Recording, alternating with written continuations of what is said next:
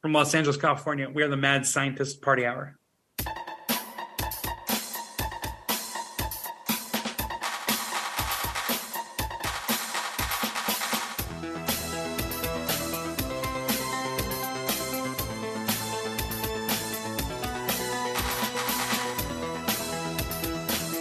Hello there, friends! Welcome back to another episode of Mad Scientist Party Hour. My name's Kevin Kraft, joined by a man who forgot to put on his pants and underwear today, but he's definitely remembering to jack his boner right now. That's Dookie Boy the cocksucker himself, Jeff Clark. What the fuck? Hey, what's up, guys? Man, shots fired right off the get-go. And transmitting to us from the glory hole inside Castle Grayskull, Skeletor's personal bearded fuck doll known as Shuddy Boy. Yo, he came in real hot today. I thought I was getting off light at first, and then nope. Actually, my intro became pretty cool. I like that one. He feinted a jab and caught me with the uppercut while I was dodging. Yeah, are you more offended that you are He-Man's fuck doll or that He-Man's clearly gay? Well, it wasn't He-Man at all. It was Skeletor. Oh, I thought you said He-Man's beard fuck doll. No, he said Skeletor's bearded fuck doll. Never mind. Skeletor's the villain, right? So it's okay if he's gay. Right as I was saying that, I was like, oh, that's probably It would be okay if anybody was gay. Or the villain. But in canon, He-Man is not. Skeletor has a thing for Evil Lyn. Hard to say, though. He probably butt fucks Beastman all the time. And, you know, he's a skeleton, so his penis is probably just, you know, the usual cartoon depiction of a bone. Like a leg bone. Like a femur. Yeah. Damn. Fucking Skeletor's packing heat. He's got a femur. The third leg. He's got a femur in his pants. He's got 3 femurs. Femur's the longest bone in the human body. It's one of the few smart things I know. I actually just watched the live-action Masters of the Universe for the first time. Oh. Because it like bounces I don't know. in and How out do I of... feel about that noise, Shuddy? I'm glad Kevin watched it. He probably, if I had to guess, I'm not going to look at Letterboxd, but if I had to guess, Kevin had it at best a 2.5 dicker. I don't even remember, and it was fucking last month. Let me see. It's one of those movies that like bounces in and out of streaming, and it came back to... It was on HBO Max for a while, then it was gone for a while, and then it came back, and I think it's fucking gone already. Oh, yeah, I did give it 2.5 dicks. That's actually, you know, as somebody who's seeing it as an adult for the first time, I feel like that is a high rating. I'll tell you what. Even though you don't even have it marked as watched on Letterboxd, Shuddy Boy, I think my biggest issue with it is that a majority of the movie fucking just takes place on Earth. And Courtney Cox, just random human character, way too much screen time. I feel like if it took place on... What's their planet called, Shuddy? Eternia? Yeah, I would have liked... The planet's actually Eternos, but... Eternos? Yes. I would have liked an Eternos-centered He-Man movie. It kind of takes you out of it when they're fucking running around Los Angeles. So, Cyborg starring Jean-Claude Van Damme. Yeah. That script originally started out as the sequel to Masters of the Universe. No shit. And then the production company scrapped it as Masters of the Universe and reworked it a little bit. And that's Cyborg. You know the guy that directed Cyborg, do you know what other masterpiece he directed? Mean Guns. Yep. Yeah, he just died recently. He did. Very recently. Because on the most recent episode of What the Fuck Did I Just Watch, Dom brought him up and I started talking shit and Dom was like, well, he's dying. I was like, oh. So there was already word out that he was It wasn't like a sudden death. He was just like It. From what I gathered, he got ill quickly, and while he was in the hospital, his wife had asked for fans to send letters for her to read to him. And then, like a couple of days later, after Dom said something to me, I saw that he had died. Pour some liquor out. Or maybe pour out the contents of a pee-pee poo-poo bong for making me watch Mean Guns. We don't talk about that anymore, Kevin. Was a little part of your sadistic side happy when you saw that new Shuddy Boy? No, not at all. You're not that bitter? I'm not. No, he has never personally wronged me. Where I was like, oh, thank God he's gone. Like, I saw that news, and you were the first person I thought of. I was like, oh, wow, the guy that did Mean Guns. Because he was just like a big cult movie director. And I've never seen Mean Guns. I've never seen Cyborg. I've never seen Cyborg either. But Maybe think that's we can have you on What the Fuck Did I Just Watch for that movie. That'd be fun. Is it bad enough for Dom to entertain? Let's see what. Well, him and Mark Rooster have both viewed it. So has Stevie B. It doesn't have a good rating. 5 out of 10 on IMDb right now. And it translates exactly over to Letterboxd with a 2.5 out of 5. 1989, Albert Pyun's Cyborg, starring I love it when Jean-Claude you look Van it up Damme. on Letterboxd, alternate titles. Masters of the Universe 2, Cyborg. It doesn't look like it's streaming anywhere, but Mark Rooster gave it 4 dicks, and Dom gave it 3.5. Nice. I Wow. bet you one or both of them own this. Probably, yeah. A martial artist hunts a killer in a plague-infested urban dump of a future. Wow. What a hell of a setup. I always find it weird, with how many fucking streaming services exist these days, that there's still shit you just can't watch anywhere. Like, I literally had to go on eBay and buy a DVD of this Kung Fu movie I've been wanting to watch for a while. And I'm pretty sure it just came in the mail, and I'm pretty sure it's a bootleg. So that's a bummer. Why don't you just have OP find it? I haven't been able to get on that server. Oh, he kicked you off? I think it booted sore every subject, huh? Well, I think it booted everybody, and then you had to do something to get back on it, and I don't know what the fuck I'm doing. I'm stupid old man Kraft. I know how to work. Oh.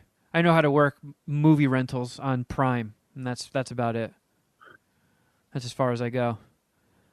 I don't think I've ever not been able to find a movie on streaming. Yeah, but I like weird shit. Right. So old kung fu movies, old samurai movies. I signed up for a free trial of some fucking weird streaming service that you can get through Prime just to watch this kung fu movie. And these fucking guys must have just bought a bootleg copy of the DVD, ripped it, put it on their streaming service. It fucking skipped like a motherfucker the whole way through, the last 20, 25 minutes. Blew my mind. Well, that's a bummer. I mean, since we're on the topic, we can go into movies that we were able to successfully watch. I was Sure. going to go see Knives Out Tuesday, but then I had some basketball that I was betting on, and I found out that it's going to be on Netflix in a week. So I was like, fuck it. Yeah, I think 2 days before Christmas, it's on Netflix. Probably be a Christmas movie for me then. Yeah. I mean, that's when I'm planning on watching it. I broke my tradition of going to the movies every Christmas a few years during the pandemic, I think. I think I broke it for that Matrix Revolutions. Was it Revolutions? No, Sounds about right. Resurrection. Yeah, think. that's it. Honestly, one of the worst movies ever produced. That was bad. That was really bad. I didn't like that at all. Especially given the expectations. And I mean, I went in with a very low expectation. Yeah, fair enough. But I mean, it had Keanu, and it was a Matrix movie. I just figured. Didn't have Lawrence Fishburne. The fuck? That's true. And they had Morpheus, and they had no Lawrence Fishburne. Yeah. Huge mistake. But I think that was the first non-theater Christmas movie, non-theater visit Christmas movie that I've watched. So I'm not gonna get back to the fucking. I'm probably never gonna go to a Christmas movie again. Actually, now that I think about it, at least not until I have children. If that were to ever happen. Is that just because you hated The Matrix so much? No, it's because the NFL football has decided to make Christmas more of its thing now, moving forward.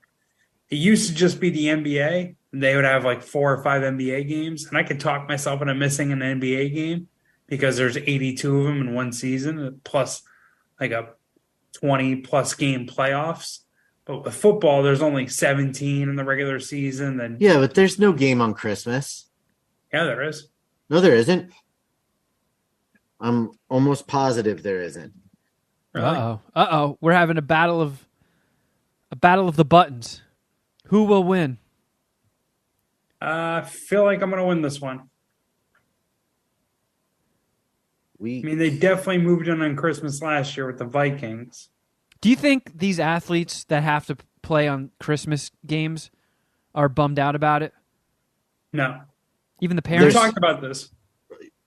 There's 3. There's 3 on Christmas. You are right, but most of them are on Saturday Yeah. because it's a Sunday. Pussy.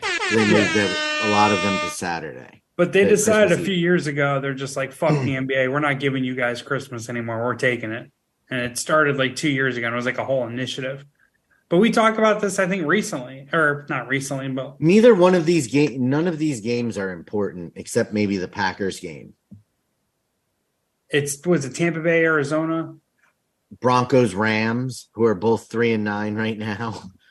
To be fair to the NFL,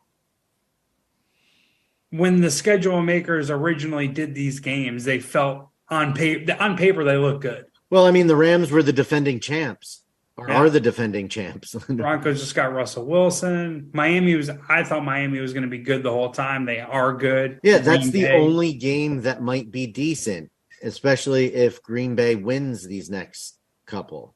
And Christ, how did we get to this horrible discussion?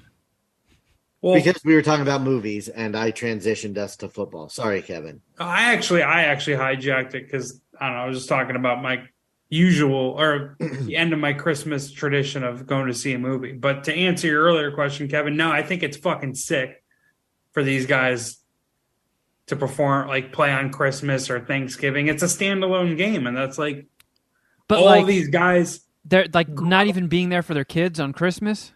Well, fuck, their kids are in the stadium. The kids are probably having a sick time, right? I mean, it's an experience very few people can actually have. And Oh, I'd be furious as a child. no, all these guys grew up watching sports, caring about sports. So like me, this is what they did on their holidays. So the fact they get to play like an island game, it's called like a standalone game, like it's fucking sick, dude. Do you think It's any the coolest professional shit ever. athletes have disappointing kids like me that hate sports and love video games? Absolutely. 100%. I mean, Dwayne Wade's kid she now transitioned from a boy to a girl. Isn't Dwayne Reed a pharmacy in New York? Yes, but he said Dwayne Wade. Yeah. Oh, Who's a basketball player. Married to Gabriel Union, who you might know. who's he? Yeah. Black Gabriella chick Union. from Gabriella Union. Oh, I thought you were talking about who's the What did I fucking? say? You said Gabriel. Yeah, I thought you were talking about the guy that played Satan in End of Days. No, not Gabriel Byrne. I love that guy. And it's Gabrielle Union. There's no Ella, but yeah, not Gabriel. Man, my brain was so scrambled. I thought a pharmacy married Satan. Well, he's married to her, but no, there's. I mean, Yeah, there's kids that don't follow in their parents' footsteps and like in sports. Yeah.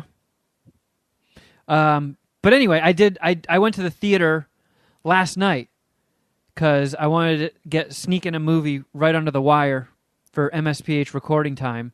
And there's actually a decent amount of stuff in theaters right now that I want to see. But You went and saw Violent Night. I did. I called an audible. Like I was talking to Carl. I'm like, all right, these are the options. And I could tell Violent Night, I could just see it in her eyes. I could read her. That was her bottom choice. There's that new fucking Timothy Chalamet movie where he's a cannibal, which could have been a fun review since Jeff hates cannibals and probably Timothy Chalamet. Oh, excuse me. I have no beef with Timothy Chalamet. He was pretty good in Don't Look Up. He was in Dune as well, right? Yeah. Yeah. I feel like that movie was pretty good, and he was the leading guy, right? Or more of an ensemble, but like he's the main guy. Yeah. But Correct. I thought like he was the one in love with Zendaya without even seeing her. Yeah, I don't remember his performance being all that sick in that one, but I liked him in Don't Look Up. Yeah. So I think that was the front runner. There's a new Spielberg movie out. That new Disney CG movie that's flopping really hard right now had a sick fucking trailer. Strange World, like right up my alley. But they did no fucking advertising for it. I saw one trailer for it in a movie, and then I've seen no press whatsoever until all the headlines were like, oh yeah, this new Disney movie's bombing pretty fucking hard. I don't know. I thought it looked sick, but yeah, we ended up seeing, I was like, you know what? Jeff is working on a Christmas movie bracket, so I feel like I need to see this. And I could see it in her face. She was bummed out, but that quickly changed. Because, holy shit, that movie kicks fucking ass. Really? Yeah. Wait, Carl enjoyed it too? Yeah. Like, really? Loved it. Like, laughing the whole way through. So we sat down and we get in our seats and she's like, oh God, I hope this isn't scary. And I'm like, the fuck you talking about? This isn't a horror movie. She's like, I thought it was a horror movie where Santa's a slasher. I was like, no, it's like Die Hard, where Santa is John McClane. And she was like, oh, okay, all right. And it's David Harbour from Stranger Things as Santa. And the story is he's off, delivering presents on Christmas Eve. And while he's delivering at this mega mansion of this insanely wealthy family, it gets overtaken by terrorists led by John Leguizamo, who want to steal the $300 million in cash sitting in the basement vault. And basically Santa has to try and save the day and murder all these bad guys. And it fucking ruled. Like, I'm was it good surprised action? by that. Good action, really funny. It's dirty and filthy, so it's got a little bit of a bad Santa element to it. It's basically if you crossed Home Alone with Die Hard, which I believe was the elevator pitch for it. Yeah, that's what they went to the studio execs with. Yeah, and it worked. I was like, you know what? I feel like this movie has a low bottom. Is that the phrase? Like a low floor, high ceiling? Yeah. I was like, at worst, this is probably going to be like a 3.5 dicker because... Oh, so high floor, low ceiling. Like you thought the bottom couldn't be so bad, but the top couldn't be so great, but it would probably be okay regardless. Yeah, I was kind of anticipating like a 3.25 to a 3.75. Like a margin of a half a dick. And it was fucking fun, man. David Harbour was awesome. He was so good as Santa. John Leguizamo was a great bad guy. The matriarch of the family, the grandma, the rich, evil, cunty grandma, was fucking Beverly D'Angelo. Who took me about 20 minutes of her being on screen before I recognized her because she hasn't really done much. I think the last thing I saw her in was either Vegas Vacation or American History X. I would have thought she was dead, honestly. Like You would have heard about Al Pacino's wife dying. Yeah. Well, I don't think they're married anymore. Or maybe they are. I had no idea they were ever married. I never knew that, actually. But her voice is like super deep and raspy now. She must smoke like 20 cigars a day and inhale them. Because she's raspy as fuck. But she did a really good job. The little kid in it, she was awesome. A lot of times little kids in movies, it can be fucking annoying, but I thought she did a great job. And the violence was good. There was a lot of cool hand-to-hand combat, some great kills. Like, there's a point in time where these mercenaries reinforcements arrive. So there's like a whole army of them. And Santa with a sledgehammer just fucks these people up. Like to the point is that where his only weapon? No, he does some hand-to-hand combat. He uses Christmas decorations as weapons for kills. And then, so mild spoiler, this version of Santa used to be a Viking warrior. So there's like a couple flashback scenes that show him as a Viking. And his weapon of choice was a hammer. So he finds a sledgehammer amidst all of this chaos and just obliterates people. And then there's a scene where he finds ice skates and probably kills about 10 people with the blade of an ice skate. I'm telling you, like, this is definitely in my Christmas movie rotation. I enjoyed it a lot more than I thought I would, even though I was completely on board with the premise. Excellent one-liners. Very, very funny. Very balanced.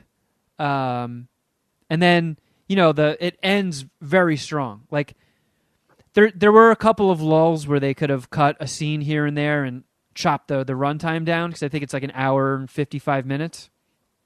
But strong fucking finish. Great movie. The final kill. Holy shit. 2 thumbs up. I feel like we've brought this up a few times in the past where if you have an action movie, especially an R-rated one, I feel like the kills used to be great. Like the way Wesley Snipes dies in Demolition Man.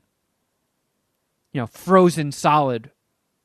And then Sylvester Stallone just fucking karate kicks his head clean off his body. Awesome death. True Lies. Yeah. The fucking terrorist rolling off the wing of the plane, his backpack getting hooked on a missile. Schwarzenegger, you're fired. Hits the fucking button, launches that missile through a building and into a helicopter on the other side of it filled with bad guys. Hall of Fame kill. This trigger study. This is a Hall of Fame kill. This is like the bad guy always used to get it in such a bad, gruesome way. Hans Gruber falling out of Nakatomi. Sure. I feel like a lot of times now the hero will just like whoop the bad guy's ass and then he stands over him and like puts a bullet in him and that's it.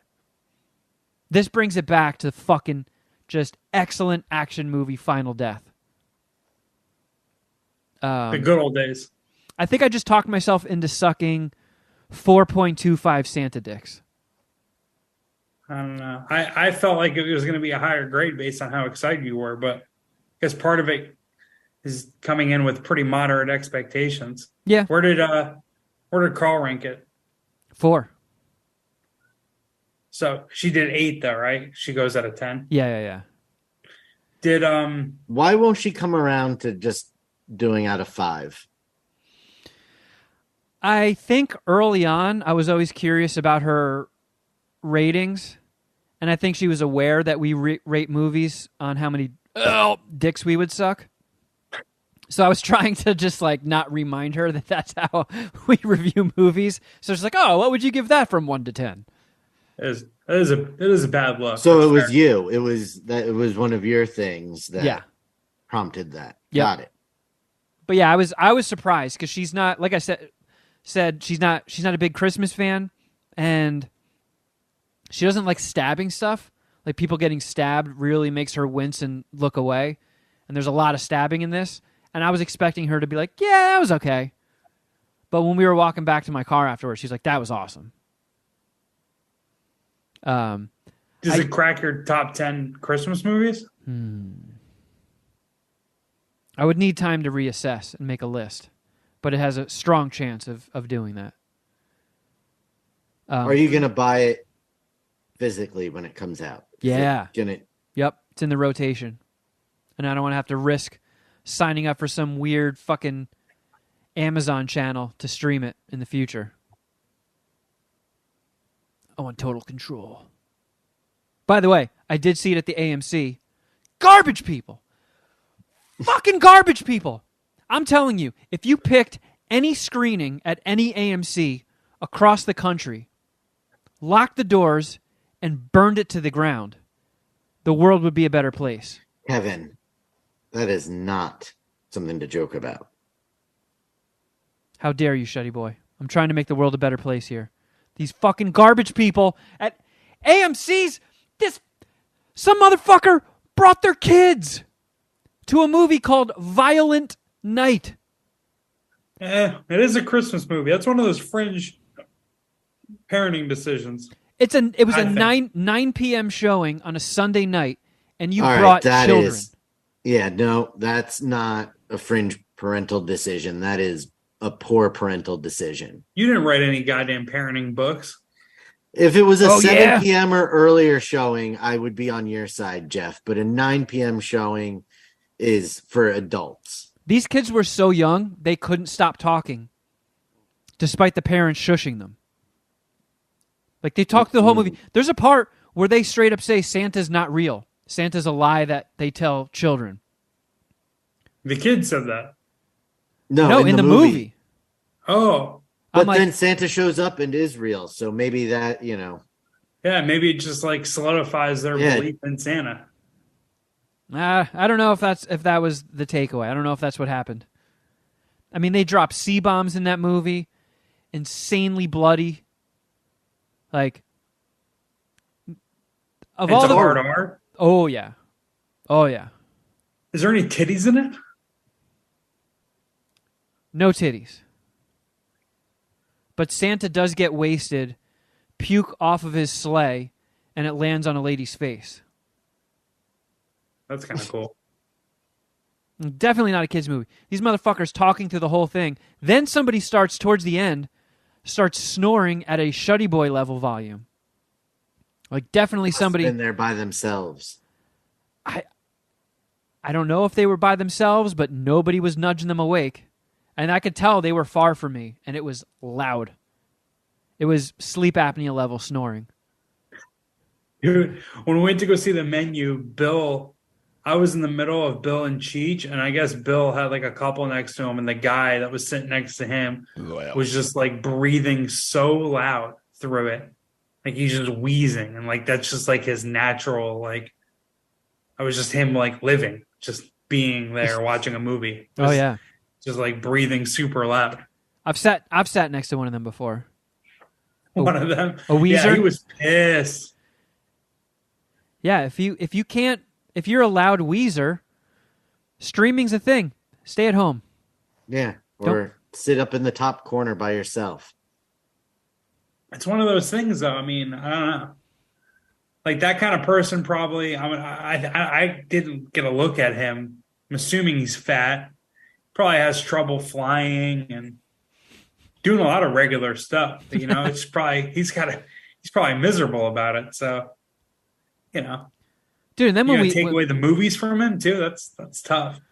When the movie ended and the credits started rolling, the house lights go up. We got up. We're walking out. There was a couple, two of them, passed the fuck out in their seats in sweatpants. And it was one of those theaters with the recliners, so they had the legs out, and they were both on their sides, curled up, sleeping. Just through the credits, the last 20 minutes of the movie have so much gunfire and explosions and loud noises, and these motherfuckers slept through it. How old were they? They were wearing... I guess it's tough to see. They were wearing sweatpants. They looked, borderline lit. So maybe in their mid to late 20s. Okay, younger. Yeah. Man, I guess they must have really hated the movie, huh? Wonder what their Letterboxd score is. I don't know, man. Or they were wasted. It's a tough movie to hate. I'd love to get your guys' thoughts on it because I thought it fucking kicked ass. It was so much fun. Is it streaming anywhere anytime soon, or is it a theater only? Theater only. You know, I might be into a Tuesday movie tomorrow since it's discount movie day. I'll throw that into the fellas' ear holes and see if we can pull the trigger on that. I'll look it up on Fandango right now. Since you're giving us such a strong review. Did you guys see anything in the past 7 days? We both watched a true crime docuseries on Netflix. Yeah. I'm sure this one's way different from the others. Stop it, Kevin. You fucking watch comic book movies and superhero movies. They all end the fucking same with the superhero winning. This one actually did kind of have a somewhat unique ending. It did. Tell them what we watched. It's called The Texas Killing Fields, and it's part of the Crime Scene series, which is a bunch of Netflix. They've got a few of them. I think one of them was the Cecil Hotel, which we all watched. That was one. Okay. 3 episodes, all roughly 50 minutes long. Not a long watch. About the I-45 corridor between Houston and Galveston in Texas, where women have gone missing in large numbers since the early 70s. And then in the mid 80s, 5 bodies, Jeff, is that, or was it 4? I don't know. Several. 4 or 5 bodies showed up in the same spot, dead and decomposing, and it was all younger women, 2 of which weren't identified at first. And then it just proceeded to happen until the late 90s, until they finally started catching people. So this was like a dumping ground for multiple serial killers? No. It was that's what I thought. No, because I don't think it was a one guy. So the Calder Field, the one that started it, the Calder Field, that was one guy, they think, at this point. Calder Road, right? Yeah. Yeah, Calder Road. But but there were other serial killers also.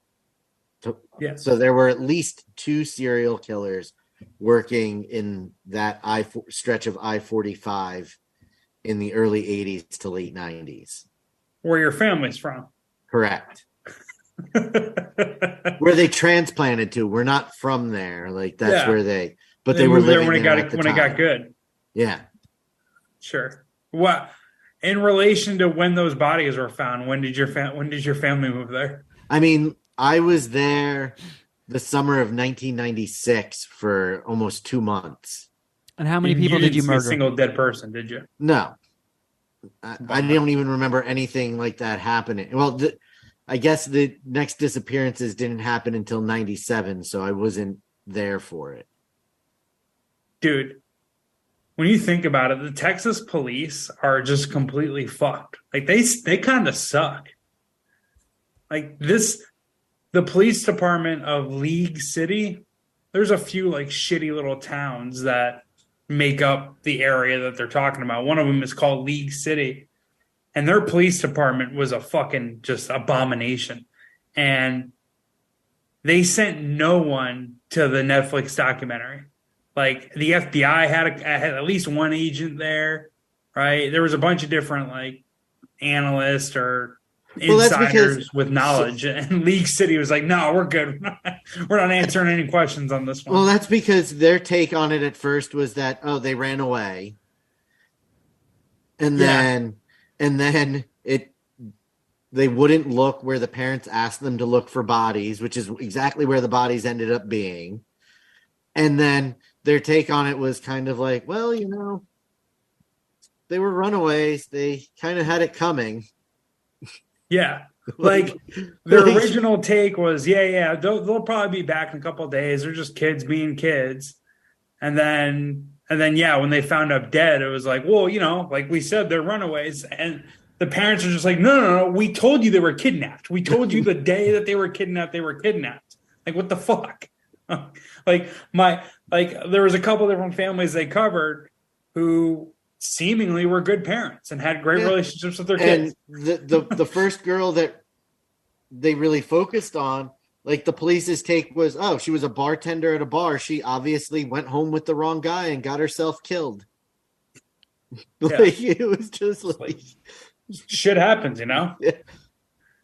Sometimes you make careless decisions and you have to deal with the consequences. Is kind of what it's like that old Simpsons bit. Like, what am I supposed to do? You expect me to police the entire area? Yeah, yeah. And the police really didn't get their shit together and really start working the cases hard until the late 90s when a 12-year-old girl got taken.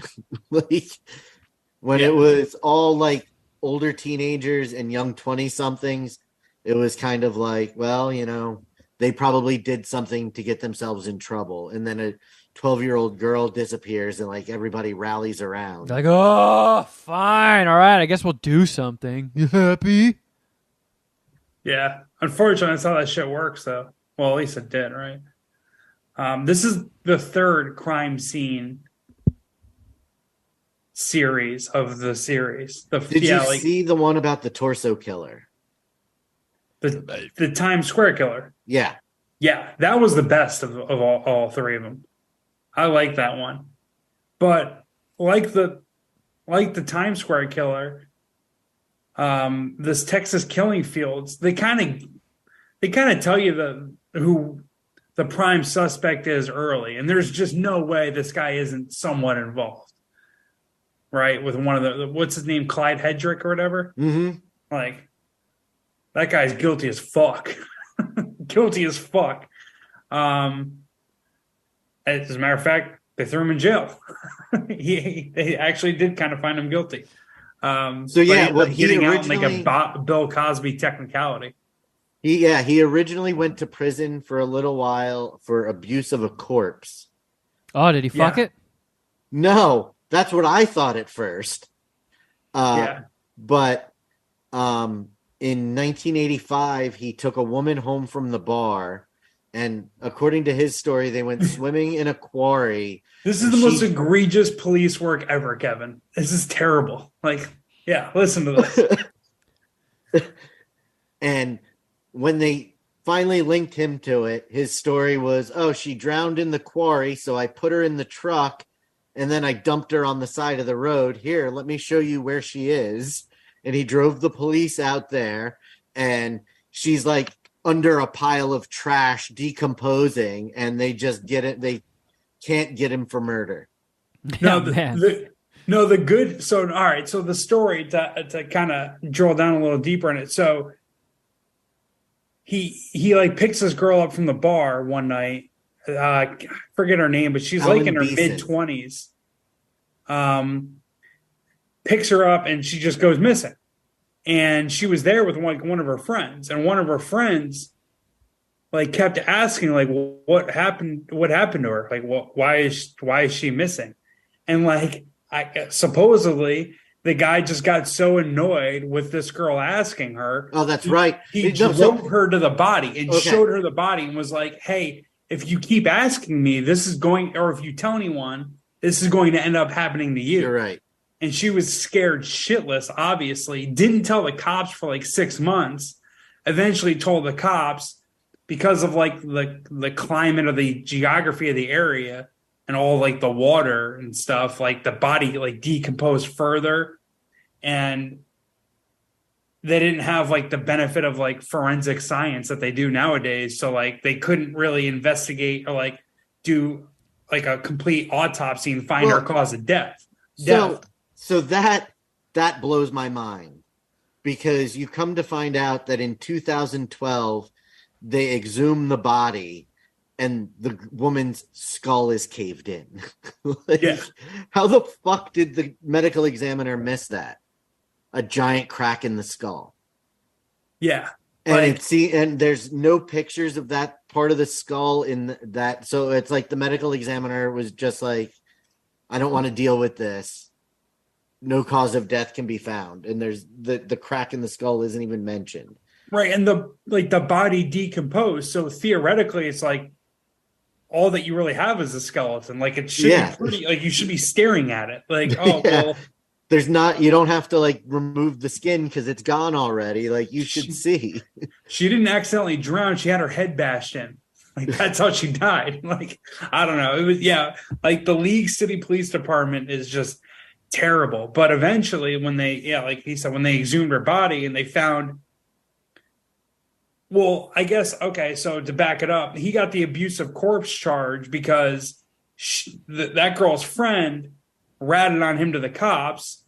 He obviously was like, well, he's like, yeah, she died. I didn't want to be accused of killing her, so I dumped her body there.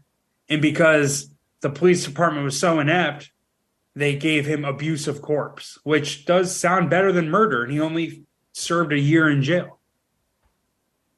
Just like, it's sickening. Like, honestly, they're like the League City Police Department has so much blood on their hands. It's fucking crazy. They pretty much, you'd almost like have to think, you know what? Maybe one of the killers is a police officer. Maybe that's what it is, actually. Sounds like a bunch of Chief Wiggums. Yeah. Wait, what's that from? Simpsons. Chief Wiggum, is that like a Native American casino or something? Yeah, that's kind of what it's like, wait a second. I thought it was better than the Cecil Hotel, not as good as the Times Square Killer one. I really like the Times Square Killer. I would give this one probably a 3.75. I agree. It was not an easy watch, but it was only, like I said, 3 50-minute episodes. So yeah, I banged it out in one night. You did too, right? Or no? No, it took 2 nights, but just for brevity. Yeah. What did the rest of the ladies in your true crime club think of this one? Well, I hit up Carl. I put it on her radar. I was like, "Yo, Shuddy just told me about this awesome new doc. You got to check it out too." She's like, "Oh, I haven't heard of this yet. I'm gonna check it out." And then she just never filled me in after that. Yeah, maybe if she had a boyfriend who was willing to be into things that she was also into, we could get Kevin's opinion on this. We watch different things that she's into. Instead, he makes her watch Violent Night. We watched Violent Night, but we also watched Wednesday on Netflix. Is that like an Addams Family spinoff or something? Yeah. How did you like that? Have you reviewed it already? I'm sorry. Oh, I apologize. I'm drinking a lot of beer this episode. I do like it. There's weird things like, so it is basically just Wednesday in a boarding school, like a boarding high school for people that there's like werewolves and there's, I don't know how they made this leap, but there's fucking Medusas. There's like a whole race of Medusas. So there's fucking like werewolves, Medusas, and other, supernatural beings that go to this boarding school. And every now and then you see Morticia and Pugsley and Gomez.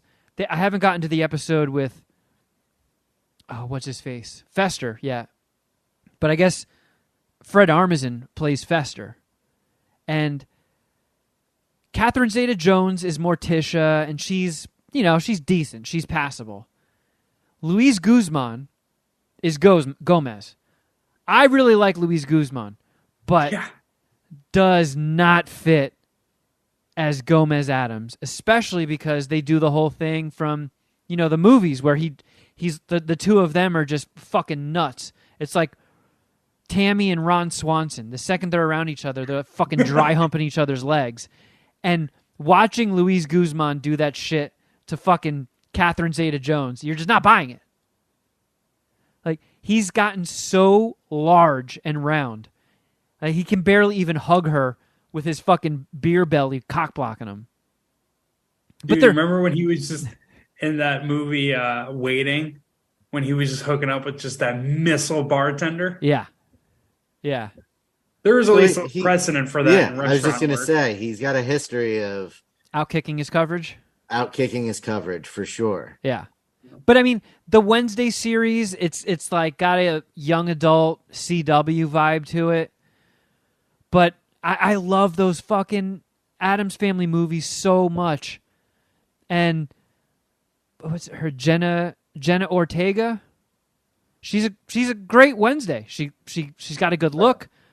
She plays the part well, and there's definitely those one-liners that the Addams Family movie is filled with, where they're just like, oh, this is like sticking needles in my eye, which I'll be doing later for pleasure. Ha ha ha ha ha.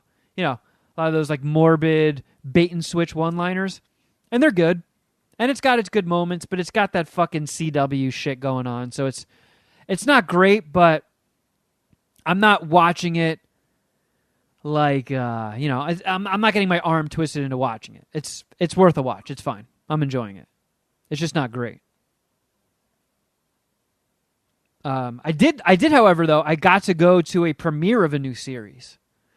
So my cousin Amanda, who's, I guess, really big in the cosplay world, she gets invited constantly by Disney and Marvel to all their premieres. So I see on her Instagram, she's always dressed up at the premiere of the big Marvel movies. Like, she was at Wakanda Forever. She's at Doctor Strange 2. She's on the fucking red carpet taking selfies with all the stars and all that shit. And she hit me up and she was like, hey, tomorrow I'm going to the premiere of the Willow series for Disney Plus. Do you want to check it out? And I was like, you know what? Yeah, I'll fucking go to that. Like, all my time working for SiriusXM and working in entertainment, I've gone to one premiere in my whole life. And it was for Dinner for Schmucks. That fucking goofy Steve Carell movie. So I was like, sure, yeah, I haven't gone to a premiere in 12, 13 years or whatever. I'll check this out. And I know that suit you wore was sharp as fuck. Oh, yeah. I got to dust off my Hugo Boss suit that I bought a year ago. And if I had known about my upcoming financial issues, I would not have purchased that suit. If I knew I was getting unemployment for Christmas, definitely would have held off on that one. But, Jeff, you've never seen Willow, correct? No, I have Shuddy? not. Sorry, I didn't mean to laugh like that. I saw Willow in the theater, buddy. So did I. And Willow holds a very special place in my heart. I rewatched Mardigan. Yeah, I rewatched it the following day because I was like, it's been a long ass time since I've seen Willow. It has been a long time since I've seen Willow also. Dom loves it. It's still fucking great. It's still a good movie. I'm blown away that was a PG movie. It was 1988. I don't know if PG-13 was around then or if they just had different standards, but that's a rough movie. There's the war scenes with people getting slashed and stabbed, and there's a lot of death and blood. Pretty heavy, because I mean, in 88 when that came out, I was either 5 or 6. I was 6. It's a heavy fucking movie. But the series, I was kind of like, all right, I'm into this. It's going to be a bummer because obviously Val Kilmer can't really do much anymore in the ways of acting with his cancer stuff. And they even for his few lines in Top Gun Maverick, I believe they had to generate his voice artificially using fucking AI or something. Yes, that is correct. He can't even talk. But they introduce new characters, which of course is always like, oh, Jesus Christ, here we go. And some of them suck. I'll admit that. Some of these new characters suck, especially the younger ones, because they do Val Kilmer and Saoirse in the first one. They kind of fill in the time gaps where, they end up together, they have 2 kids, And now Sorsha is the queen of whatever this imaginary realm is. I forgot. And her 2 kids are both pretty insufferable. There's like the fucking girl who's like, I'm too lit for this. I don't want to marry. I don't want to be in this arranged marriage. My life is so hard. Meow, meow, meow, meow, meow. And you're like, oh my God, you fucking suck. And then the son is like, how do you describe this pussy? It's kind of just like a like a long-haired bitch. And he's just known throughout the realm as a pussy crusher. And it's like, man, this guy sucks. This guy stinks. But I'll tell you where it kicks ass. The fucking villains. Holy shit, the villains are cool. So when you go to a premiere for a TV show, how much of it did you see? They showed 2 episodes, which okay. It premiered the following day on Disney Plus with 2 episodes. And my cousin was I didn't like, realize it was out already. Yeah, it came out the next day, and my cousin was like, yeah, a lot of the times when I go to these series premieres, they'll show whatever is about to drop plus an episode. So she was like, we might get to see 3 episodes. But they just showed 2. It was good. It was decent. I've seen some people are really pissed off and trashing it, and it's probably because one of the new characters is either bi or a lesbian, and that triggers people. But I was really happy to see a new addition to the cast is Ralph Ineson, who I think is an underrated actor.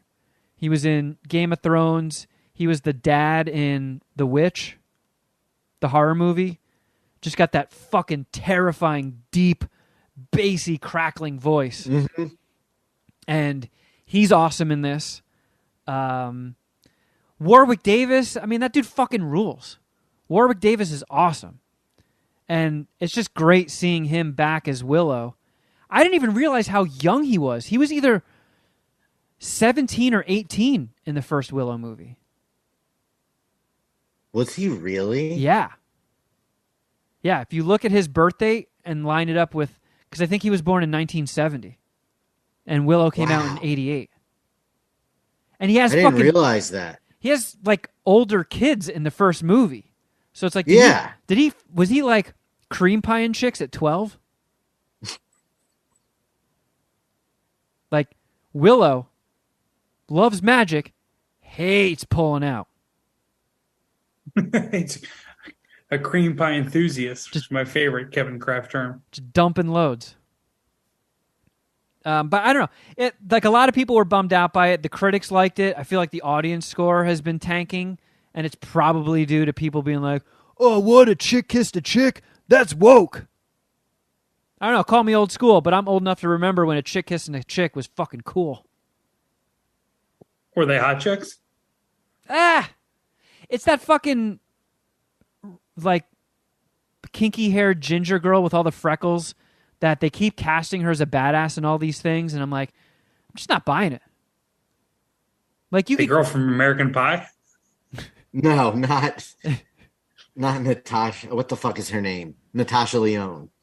No, she was like the bad guy in the Falcon and Winter Soldier series. Shuddy Boy. Yeah, like I know who you're talking about. She's not a bad actor. It's just like if you cast me in a movie as a badass, you'd be like, "Who's this fucking dorky bitch? I don't buy this guy as a badass." You either have it or you don't. I don't know. I just don't buy her as a badass, and she's a badass in Willow, and she's like smooching chicks, which is cool. But they did this thing where when the second episode ended, they showed a preview that was like this coming season on Willow, and it looks fucking sick. I'm telling you, you might have to like pinch your nose to get through the first 2 episodes. I didn't find them that bad, but holy shit. I think it's only an 8-episode season, so there's 6 more. It looks sick. These villains are fucking cool. So I'm pumped. I'm definitely excited to check that out. I'm pumped for the potential of it. And I don't know. I don't know how many people there are that are like Jeff that were just like, yeah, Willow? What the fuck is a Willow? Like, I don't give a shit about I've never this. even seen it, so. I like mean, the movie. Do you consider yourself a Val Kilmer enthusiast? No. I don't hate on Val Kilmer, but I'm definitely not an enthusiast. It's one of Val Kilmer's better roles. Mad Mardigan. All right. Oh, It's no Iceman, but fair enough. yeah. Man, really sorry about all this belching. I'm just trying to... This is a tough show for me to get through. This is the anniversary of my dad dying. So today's a rough day. I need alcohol on my side to get through this one. Well, alcohol is always there for you. Oh, yeah.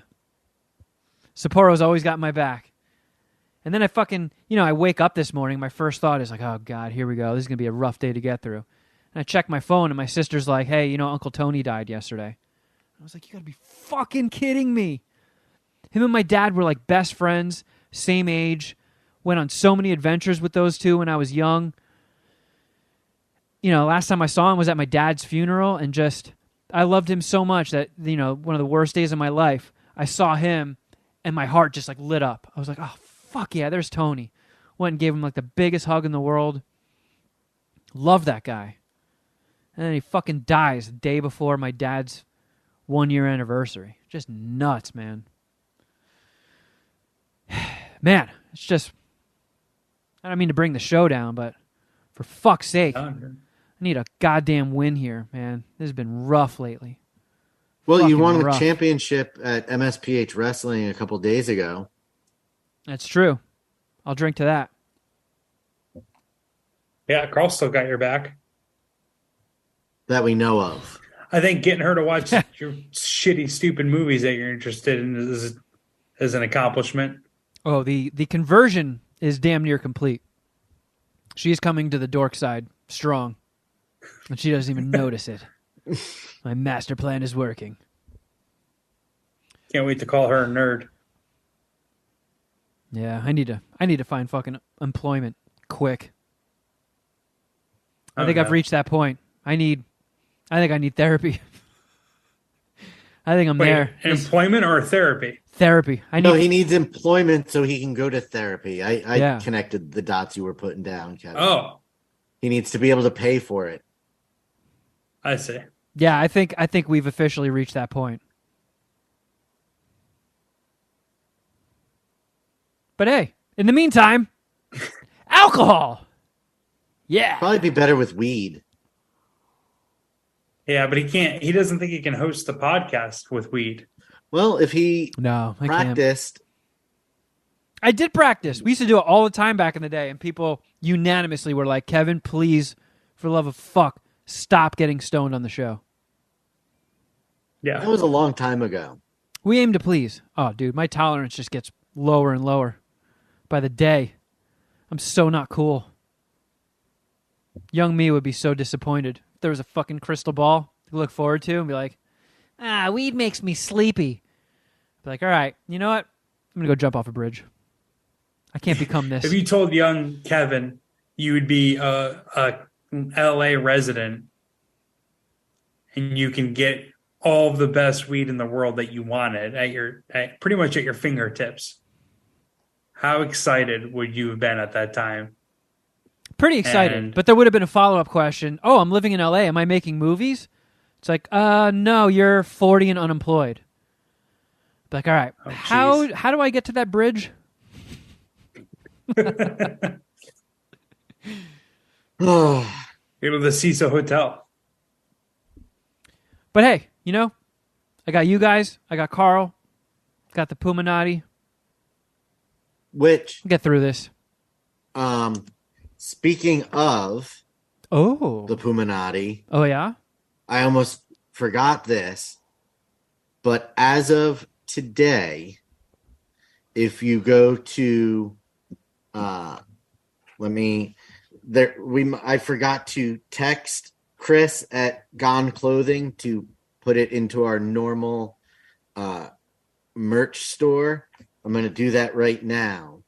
But there is a brand new t-shirt design done by Alex Wilson of the Poo-Tang Clan that is available on the website. Yeah, it's pretty dope. navy, gray, and black. Yeah, they're sick. And we did a Patreon pre-order pre-sale, I guess you could call it. Yeah. And we gave everybody like a week or two window to get their first stabs at it, and now it's off to you guys in Free Pod Land. If you want to get yourself a Wu-Tang Clan t-shirt with a fucking sick design. What do they call that? What is Alex calling that mask? It's a foo dog. A foo dog. Japanese. It's not Japanese, Chinese. Yeah, foo dogs are Chinese. Foo dogs are Chinese. And the front, we now have confirmation. So the logo is on the back, right? Yeah, the logo is on the back. It's a foo dog, and it says MSPH Wu-Tang Clan underneath. And then on the front, it has a... like a rectangle. Yeah, it's a reworking, Alex's reworking of the all-seeing poo into an appropriate style to go with the Wu-Tang Clan theme. Now you're in for me. There was some debate on whether it was Japanese or Chinese symbols in it. And yes, we have confirmed it is a Chinese symbol. So we're not... It's the Chinese symbol for diarrhea. Is it really? Yes. Yeah. Nice. So there is a possibility. I love our brand. Live in an area with a high Chinese population, you may get some side eyes if you wear it in public. Yeah. But who gives a shit, right? It's poo gear. Yeah. I think I added a new listener. It's the Puminati. From the dispensary? Today at the gym. At the gym? Yeah. This dude who I've played basketball with a bunch of times asked me like what my work schedule was like. Because I guess they have like 5 a.m. runs that are pretty good. So he wanted me to like come play basketball at like 5 a.m. Tuesday and Thursday. Who's the fucking psychopath? 5 a.m.? That means you have to get up at like 4 something. Yeah. I wake up at like 4 a.m. now, to be honest. Man, I would rather jack off into my own mouth and go back to sleep. Dude, when I was living in upstate New York, I used to play like so much basketball. My favorite runs were like the Sunday morning at 6 a.m. The YMCA would open up at, I think at 5, maybe at 6.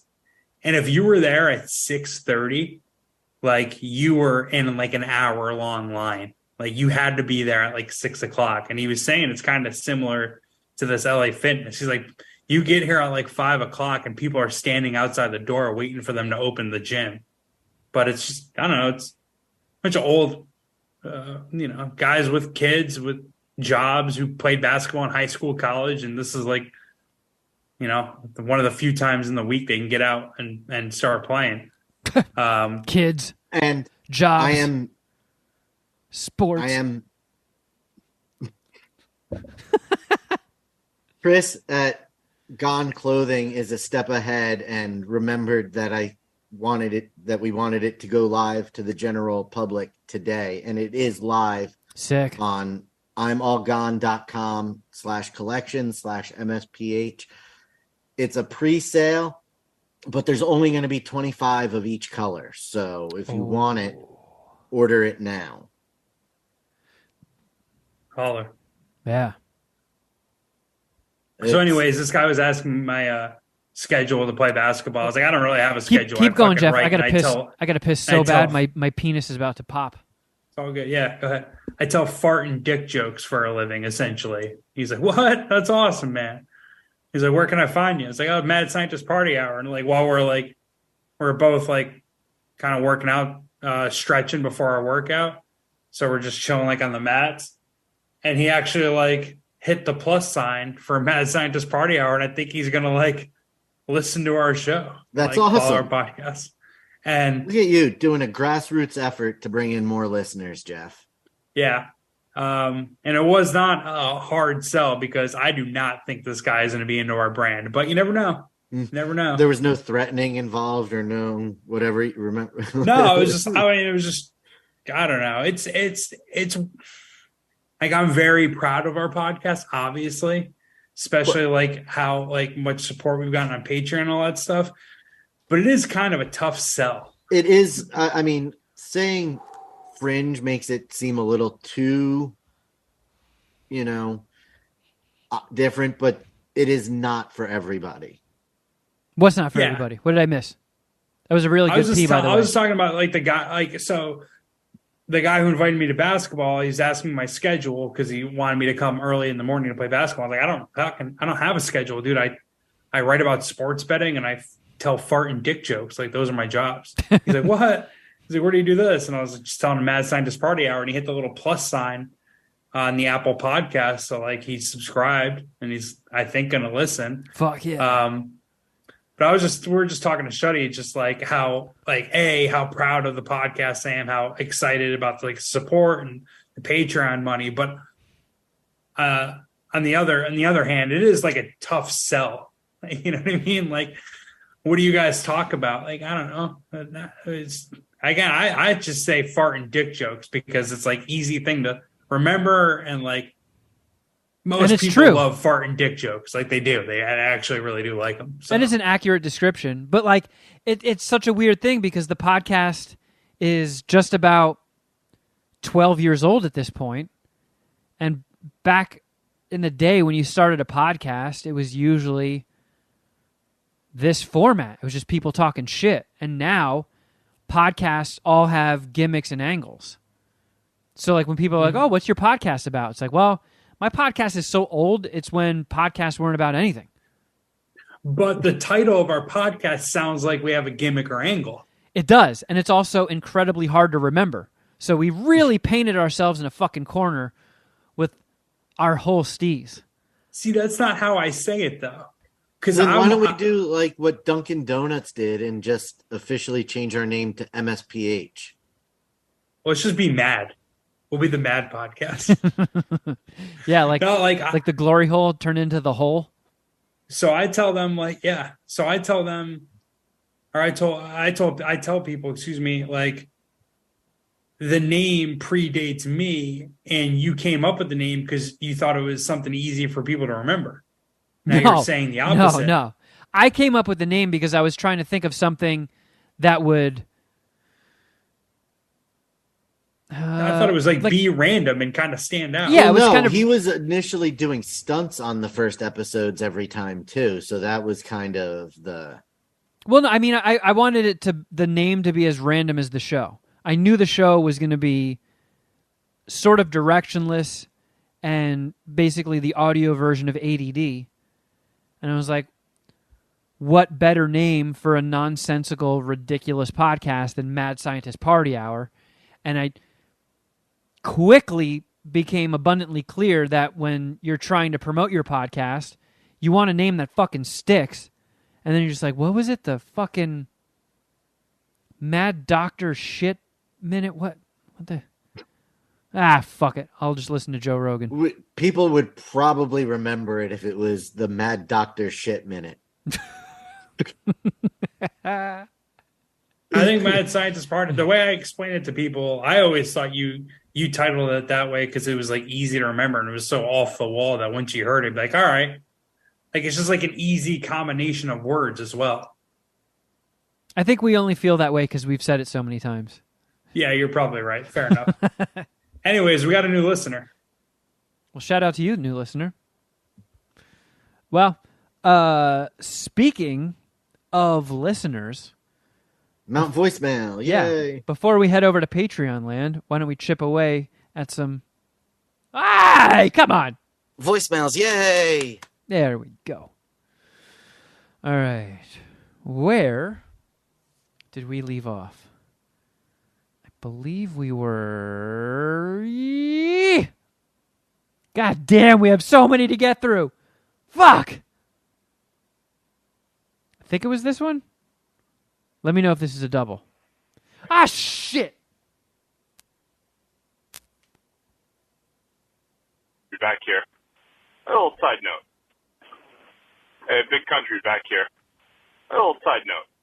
I feel like Jeff's favorite spooky season movie is probably Hocus Pocus. I can picture him sitting on his couch. Little Mama sitting on the other side of the couch with her pussy powder, looking up a storm. And Jeff's all, bippity boppity boo. I feel like Shuddy's favorite Halloween movie is probably not even a fucking Halloween movie or a scary movie.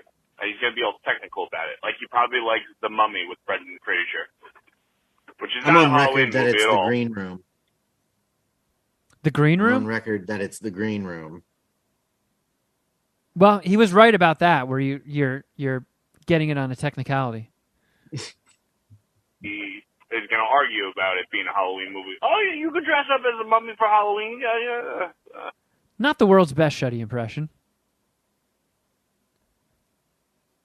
But A for effort. God damn it, it keeps fucking closing on me. Son of a bitch. All right. Love you guys. Jeff, is he accurate? I've seen maybe 15, 20 minutes of Hocus Pocus in my life, and it went probably as all of you guys assumed, which is me calling it gay and leaving. What I the actually think fuck? it was like my little cousins who put it on. I'm not watching any fucking butt Midler. I don't know. That's honestly, Big Country, that's slightly offensive. I don't know what would make you think I would like that fucking movie. I have no idea how that would be attached to me, but whatever. Do you have a favorite Halloween movie? I mean, my favorite scary movie, Scream. That's not a Halloween movie though, right? No, like, that is there a counts. Halloween Yeah, movie? that would count. It's a slasher. All right, fair enough. Because me and my brothers were having this conversation about like, is there a difference between Halloween movies and horror movies? I don't think so. Right. Okay. Fair enough. By the way, how are the discussions with House Clark going on the Christmas movie bracket? Well, Cheech's first draft included Die Hard. And we're like, well, this isn't going to work. So I had to kind of explain that to him again. We got the first 8 teams down, so the first 1s and 2 seeds. But it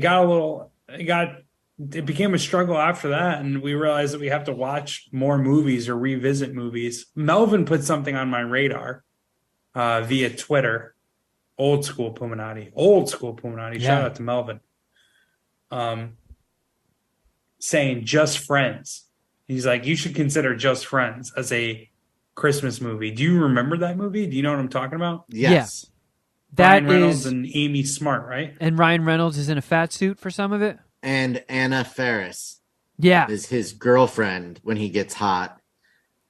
But Amy Smart is the girl he was in love with in high school when he was in the friend zone as a fat kid. See, I thought that's mostly correct, but I thought Anna Faris was like a pop star that was like trying to fuck him, but he was like a music manager that was his client. And she always like wanted to hook up with him, and he didn't. I'm pretty sure they were together. Okay. She like freaks out over Amy Smart. It's been a minute since I've seen that movie, but I'm confident in saying that it kicks ass. Yeah. I remember that Right, movie when he being- said that, it kind of like made me buckle. I was like, well, wait a second. Maybe my list isn't. It could use a little. It does take place on Christmas, right? Because he like flies home for Christmas, or their Yes. private jet gets diverted to just happens to land in his city. Something along those like lines. that. Yeah. Something gets them in there around Christmas. I believe Melvin's correct on that one. Okay, do you guys qualify that as a Christmas movie? That's what I'm saying. I got to rewatch it to consider it. All right, I'm consulting with Letterboxd. Just And friends. I rewatched Scrooge last night. Screw! Ow. Don't you fucking dare say anything blasphemous, you piece of fucking shit. I don't know. It's not going to be a high seed, I'll tell you that. I didn't think it was that good. When's the last time you watched it? You know what? Last year. How could you do this on the anniversary of my dad's death? Play Well, the alternate title on Letterboxd D. Wow. You know what? Was your dad a big Bill Murray fan? Yeah. My Who dad isn't, right? My dad brought me to meet Bill Murray when I was a little kid. Talk about a super dad move. Holy shit. Yeah. How did he? This is Was through his mafia connections? This is late 80s Bill Murray we're talking here. So yeah, That was the height of the mafia. Yep, your question's answered, Jeff. It's all the info you need. Bill Murray owed your dad a favor, huh? Wow, Fair I just enough. pulled up Just Friends on Letterboxd. You're looking at the alternate titles? No. How do you look at the alternate titles? Well, I'm on the website, so that's Oh. probably... And one of the alternate titles is Wild Xmas. Oh, okay, I can see those now. Yeah. I'm alarmed. The average rating is 2.7. It's not streaming anywhere, and the only person I follow that has it rated is Dominic, who gave it a 3.5. Just Friends? Yeah. I don't know, Dominic.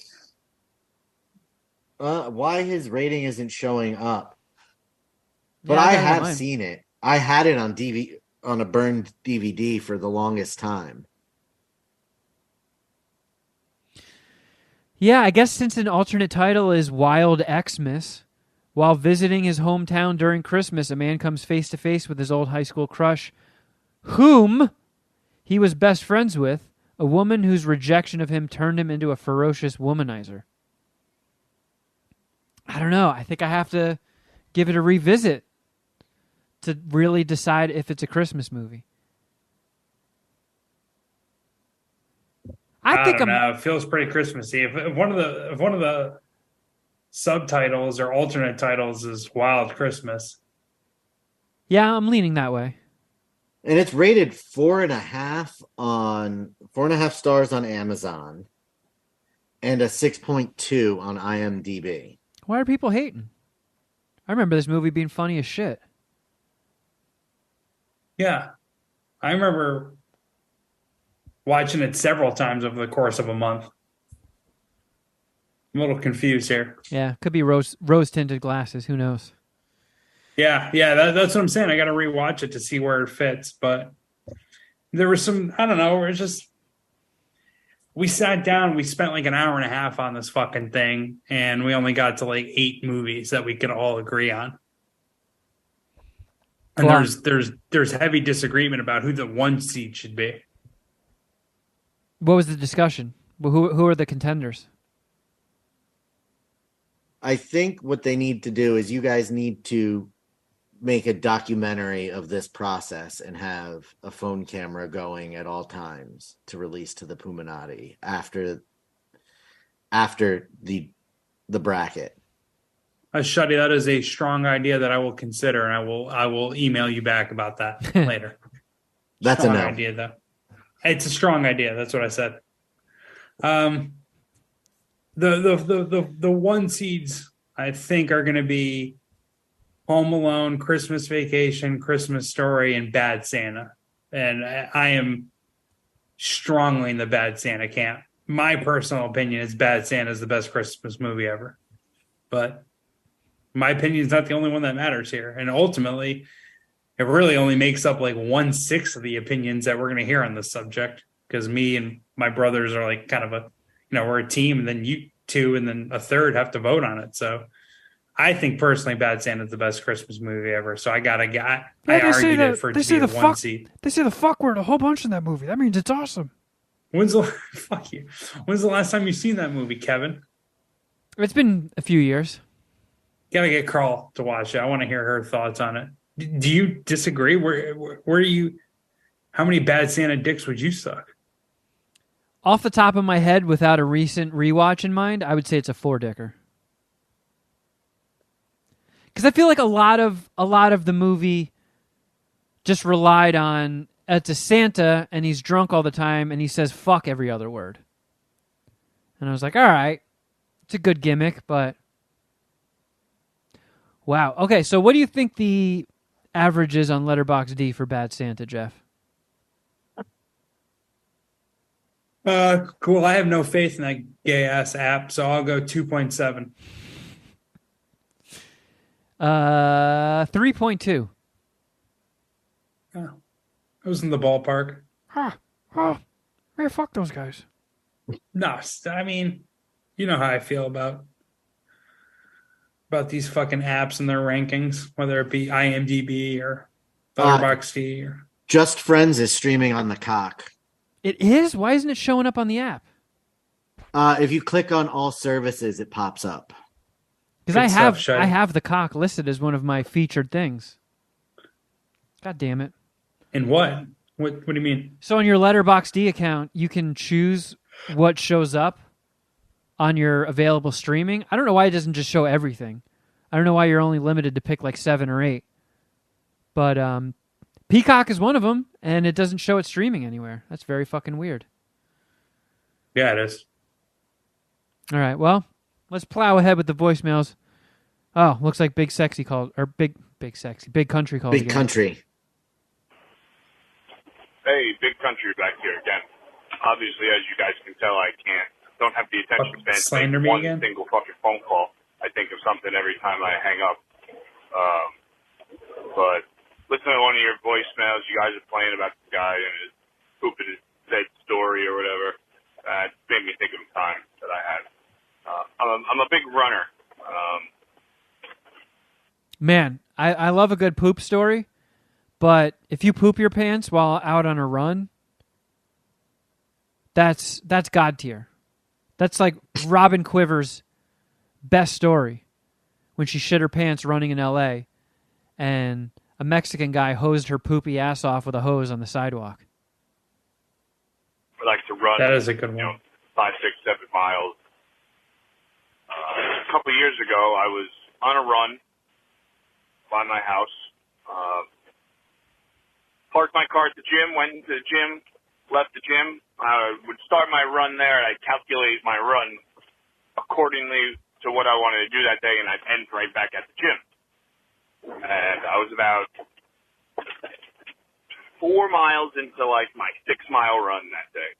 I was in the middle of a park.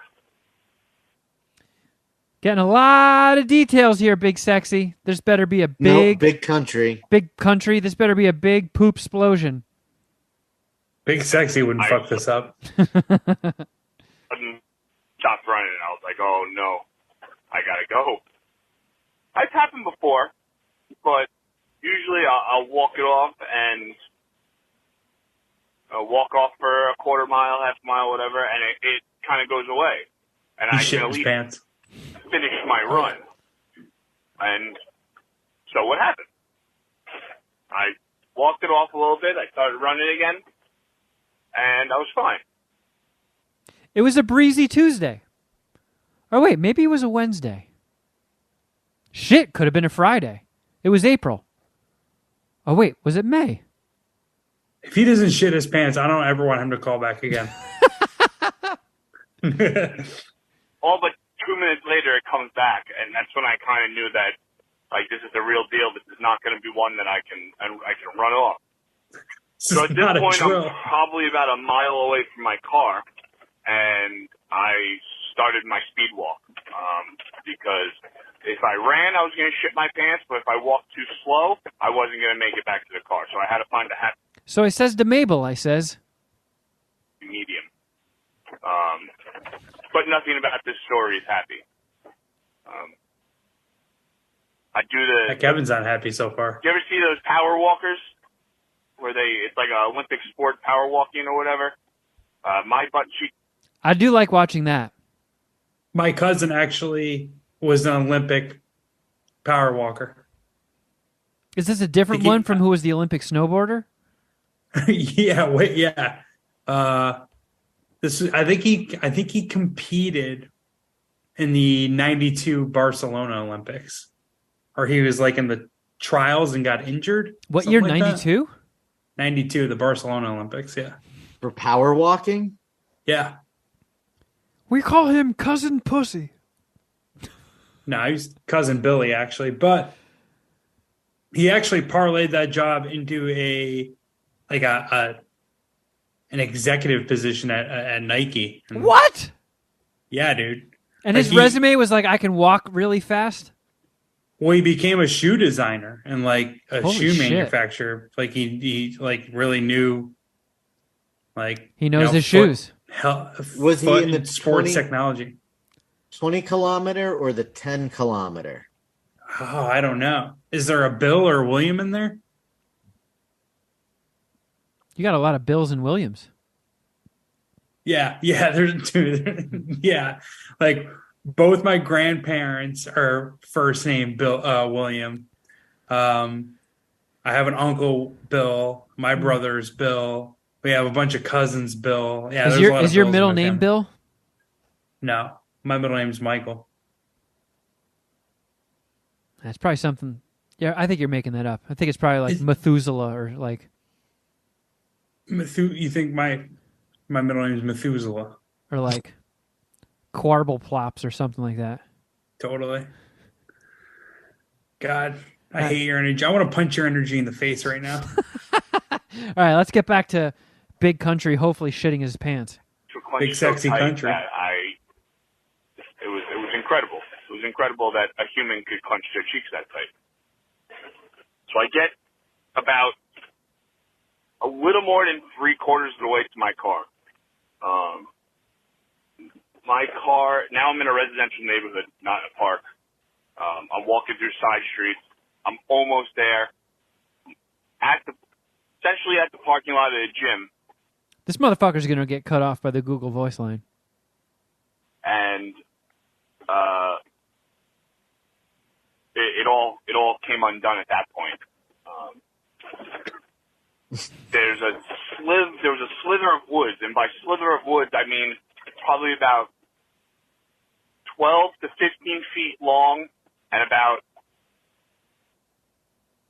Yeah, he got cut off. I'm sure he won't call back immediately. You got to get a good shitting your pants story in under 2 minutes. Yeah. Even though the deadline is 3 minutes. It doesn't take 3 minutes to shit your pants, man. I know it happened faster than that. It's like a mushroom experience. Like the time goes a lot slower. Yeah. When you're shitting your pants. But it all happened inside of like probably a minute and a half, dude. All right, here's the next part of the saga. Damn I hope he Google doesn't Voice finish bitch it. should cut me off, man. Right when it got good. I think I was at the patch of woods. How big it was. It was like 15 feet long. And I shit you not, probably about 4 feet deep. Like there's not much cover. It's across the street from a house. Actually, a bunch of houses. And in order to get to the back of the gym parking lot, you got to cut through that patch of woods. And I went to town. There happened to be a fallen tree. I used it as a little squatty potty. Sat down. Now, if you guys remember, I'm 7 feet tall, so this very not. Probably got gigantic turds. Have you guys ever pooped in the woods? Yeah. I had Yes. kind of a similar situation as him. I pooped in the woods once, but I was playing basketball with my brother, and I had to shit, and it was effectively diarrhea, and I couldn't hold it in, like, because I drove to the basketball court, so that's how old I was actually. I couldn't hold it in long enough to drive home, and I was just. You It diarrhea was in the either woods? shit my pants or shit in that woods. Like those were literally my two options. So I went and I shit in the woods, and I used a few leaves to wipe it off. And Yeah, because shitting in your pants is never an option. right, I feel like every time you shit in the woods, I feel like most people, if they're being honest, especially people that like are perhaps our age and grew up in an area where you have the woods, have pooped in them. And it's never a clean wipe. You never take a shit and have a fresh ass. Like sometimes it happens on the toilet. It's always the one where it's almost like the consistency of ragu. And you have to wipe with fucking leaves, and the leaves don't do anything. And no matter how many times you wipe, there's still poo on them, and then it gets on your fingers. Now you have poo ragu on your fingers. Pooping in the woods is the fucking worst thing. I almost would rather shit my pants. I'm like, all right, I'm just kicking this can down the road. I'm going to deal with these horrors in 20 minutes when I'm home. I actually agree. After that experience, I thought to myself, like, I should have just shit my pants. That'd have probably been better. Oh, Then no. I just There were fucking ants on this leaf. I just just throw my underpants and shorts out, and that's that, and I'll never think about it again. But I don't know. I guess shitting your pants on a basketball court, I probably would have always thought about that. So maybe that logic doesn't hold up. But yeah, honestly, it was one of the worst experiences of my life. I believe it. Yeah. I guess like non-injury related, like, I don't know, relationship breakup stuff. Like it really sucked shitting in the woods. It really sucked. And I'm not a camper or anything, so I'm not good with the outdoors. All right, well, let's see if Big Country can wrap this up concisely in the next 60 seconds. Damn it fucking closed. What's if he doesn't, his next maybe we should push his next voicemail of the finale episode. to next episode. Yeah. Yeah. Like a to be continued. I hope nobody saw me. To this day, I don't know. And it came out, it came out like a phantom poopy, which is what I call it, where, one wipe and you're done. And I was like, okay, this is going to... That can't be the case. That never happens. Your ass knows. It transforms your poop into ragu. Impossible to wipe. be good. And then it continued, and it was not a phantom poopy. There we go. And I'm still now a quarter of a mile away from my car, and I had no wiping utensils, except I took a big oak leaf. You know those big fucking leaves that are like the size of a football? And so I used to wipe my ass. Told my girlfriend, now wife's that story. And I'm very surprised that she didn't leave me because I pooped. It's like one of those situations where if you pee next to a schoolyard, you should be counted as a sex offender or whatever. I pooped across the street from the house in a patch of woods next to a gym that had a playground where there's a kids camp. So, all right, guys. It's an emergency. I don't consider Big Country a sex offender because he pooped where he did. What would the law say? That he's a sex offender. Well, we're not. Actually, I'm not gonna. Yeah, I'm not gonna fight that one. Yeah, I'm not trying to tee you up for anything, Jeff. Yeah, I'm good here. All right, let's sneak one more in, and then we'll take our leave. Hey guys, it's Pyro. Listening to an old episode, and Jeff asked the Puma and I need to weigh in, like the Tool fans that have cats. Well, I have 2 dogs and no cats, and you know what? I think I'd even go harder than Shuddy. Tool fucking sucks. Like, Jesus Christ. Like Shuddy said, like, it's fucking smell your own farts, blow yourself harder bullshit. Like, Finally. I love metal. Like, I've seen Death Clock in concert twice. I've been Death to, like, Clock. Mayhem Fest. I love metal, rock, shit like that. But Tool, they can fuck off. Anywho, have a good one. Man, shout out to the Death Clock reference. I mean, that doesn't disprove what I'm saying. Just because if he had cats, and he would have liked Tool, maybe. Right? And I think that's kind of. Yeah. I don't know. I think most dudes who have cats like Tool.